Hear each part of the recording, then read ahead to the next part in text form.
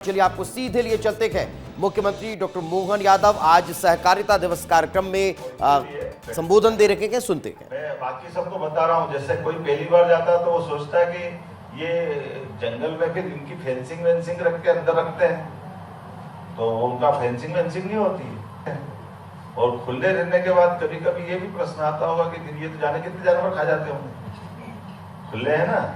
लेकिन ये भी एक खास बात, जंगल का टाइगर या कोई भी जानवर इस प्रकृति में परमात्मा के बताए हुए रास्ते पे चलते हुए, टाइगर अपने जीवन में एक शिकार अगर करेगा तो 2 दिन 4 दिन 5 दिन जब तक उसको खाना खाता है और दूसरा नहीं खाएगा। ऐसा नहीं कि इसको थोड़ा खाया फिर पकड़ लिया दूसरा तीसरा, जो अपना शिकार है उसी को खाता है।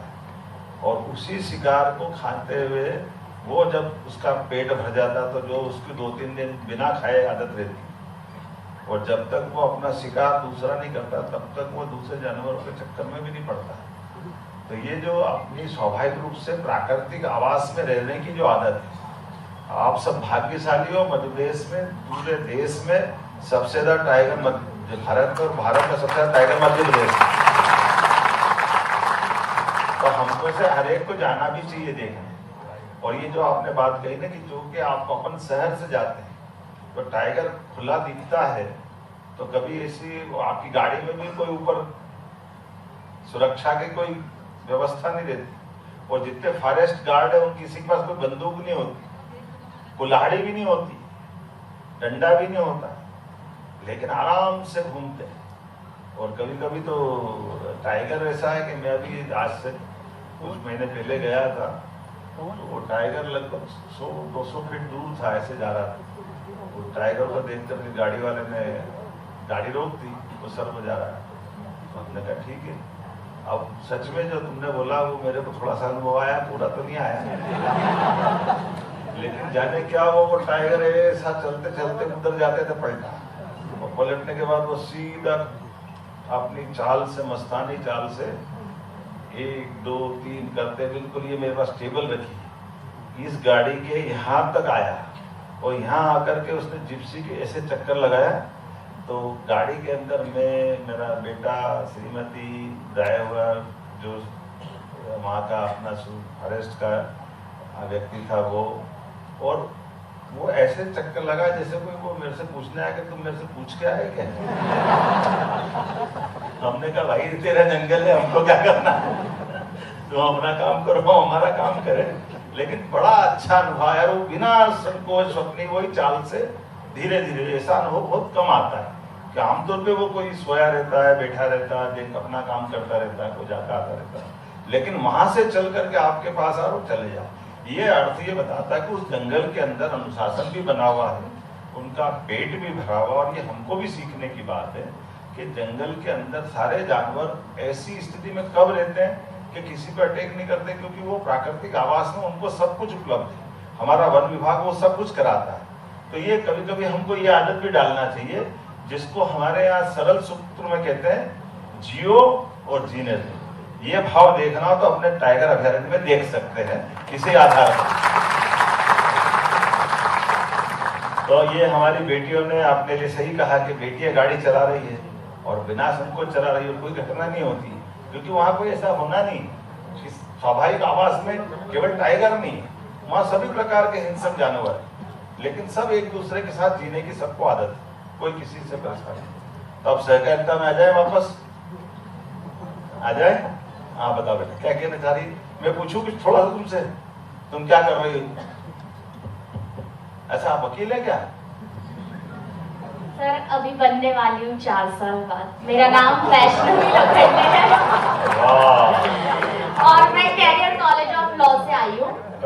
तो सर क्वेश्चन तो आपने सबने आपसे पूछे, पर मैं 4 लाइन सुनाना चाहती हूँ। सुनाऊं? तो कविता देखना, कवियों के हाथ में माइक जाए तो बड़ी मुश्किल जाती है। सहकारिता दिवस के ऊपर ही है। जरूर जरूर सुनाओ। एकता की डोर, सहकारिता का मान, साथ चले बने सबका सम्मान, मिलकर करे काम हर सपना साकार, जीवन में आए सुख समृद्धि की बहार, भेदभाव भुलाकर हाथों में ले हाथ, हर मुश्किल में दे एक दूजे का साथ, हर घर में हो खुशियों का वास, सहकारिता से मिटे गरीबी का उपहास, गरीबी का उपहास। जोरदार तालियां। Thank you so much. ये आपने खुद ने बनाई? नहीं सर, ये एक्चुअली चैट जीपीटी ने ये बहुत अच्छा, बेटे की ईमानदारी के लिए बहुत ताली बजा। सर एक्चुअली क्या है कि लोग कहते हैं कि वकील झूठ बोलते, पर मैंने ईमानदारी का साथ दिया। वाह, जोरदार। अच्छा ये बताओ, अभी वकालत वाले एक आध दो प्रश्न पूछ लूं आपसे? सर मैं नहीं बता पाई तो बेइज्जती हो जाएगी। सर मैं आपसे 5 साल बाद मिलूंगी, प्रॉपर एडवोकेट बनूंगी जब। अरे मैं तुमको थोड़ा सा ऐसा हतोत्साहित नहीं करूंगा। हाँ। अपन तो वैसे ही संवाद कर रहे हैं। ओके। आपके माध्यम से तुमने कभी अपने घर के अंदर सास बहू को बात करते देखा क्या? हाँ सर देखा है। कैसे देखा है? गुस्से में? नहीं सर, गुस्से में नहीं, नॉर्मल बात होती है मम्मी और दादी की। अरे वो तो बहुत प्रेम वाली बात है। थोड़ी गुस्से वाली बात बताता हूँ। हाँ। उसमें क्या होता है, हमारे यहाँ की पद्धति थी कि सास बहू तो बहाना है, मैं इसे सबके लिए नहीं कहता हूँ, कि उसके सास को बहू को सुनाना है, बहू को सास को सुनाना है, तो बच्चे को बात करके जोर जोर से डांटते हुए बात करती है, सुनाती किसको है? सास को। आता कि नहीं आता? अपनी बात पहुंचाना उसको, और घर का अनुशासन भी बनाए रखना, और सिस्टम भी चलाना, तो परिवार नहीं बिगड़ता, परिवार की आत्मीयता बनी रहती। लेकिन बच्चे की बहाने से बाकी बात पहुंच जाती है। तो मैं तुम्हारे बहाने से बाकी तक बात पहुंचा रहा हूँ हमारी बेटी के माध्यम। अभी अपने यहाँ 3 नए कानून बने, और 3 नए कानूनों में जिसके कारण से पूरा अपना ये न्यायालयीन सिस्टम बदल गया। न्यायालयीन सिस्टम, अभी तक पुरानी सिस्टम में कैसी आदत थी? धारा 302। कौन कौन को मालूम क्या होता धारा 302 में? अब जरा आप बेटा आप बताओ, आप वकील हो क्या है? हाँ मेरी भी पढ़ाई वही चल रही है। और जो वकील नहीं है वो बताओ धारा 302 में कौन बताता है? आप में से भी कोई बता देगा जो वकील नहीं है। पिक्चर में यही थी धारा 302, 307। सर मेरा नाम अमन चौहान है, मैं ग्राम जैत से बिलोंग करता हूँ, बुद्धनी क्षेत्र से। सर 302 मतलब हाफ एन आवर का केस लगता है। Half murder. तो वकील हो? हाँ सर। ये देखो अब इसका मतलब, अब वो तो अपने मुझे बता दिया ना, मान लो क्या, अरे हत्या वाली धारा है ना, कोई को भी मालूम है, जनरल बात है। तो ये इतना अंग्रेजों ने ये बनाई हुई आईपीसी की भाव को नीचे तक पहुंचा दिया कि भाई वकील हो तो ठीक, नहीं है तो ठीक, सबको मालूम पड़ गया। लेकिन इसको अब भारतीय दंड संहिता में बदल दिया, इसको बदल दिया। और उसके बदलने का एक अपने आपको ध्यान में हो, न्यायालय का मोनो क्या था पहले, है ना? देखो ये बता रहा, और हाथ में तराजू। अब ये बताओ कोई कैसे सोच सकता है कि जिसके आंख में पट्टी बंधी है वो तराजू में सही तोल रहे गलत तोल रहे, कैसे दिखेगा भाई?